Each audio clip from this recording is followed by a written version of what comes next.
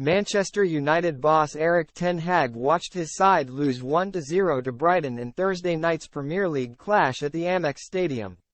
Before beginning, it must be stressed there's no need to overreact after Manchester United's 1-0 defeat to Brighton on Thursday night.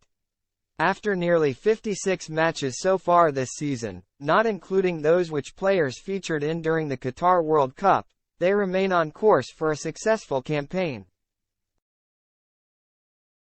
However, their loss at the Amex Stadium does show that Fred and Anthony Martial simply aren't good enough to be regulars at the club. Manchester United weren't either abysmal or impressive as they lost to Brighton, with Alexis Mac Allister scoring the only goal of the game from the penalty spot right at the very end. But it was still a frustrating night for the Red Devils, who have now suffered a minor blow in their pursuit to qualify for the Champions League next season.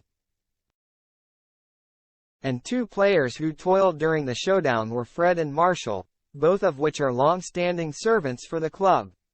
Fred was given a start ahead of Christian Eriksen who, after 7 games over the past 23 matches, was placed on the bench. It was a big opportunity for the Brazil international, who hadn't started in the top flight since the 7-0 drubbing at the hands of Liverpool back in March. And Fred, it's safe to say, failed to take it.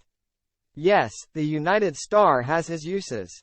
He can, on his day, be capable of living up to the £52 million price the Red Devils paid for him all the way back in 2018.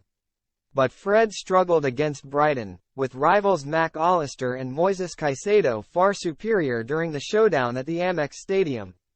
Brazilian players are usually excellent with the ball at their feet.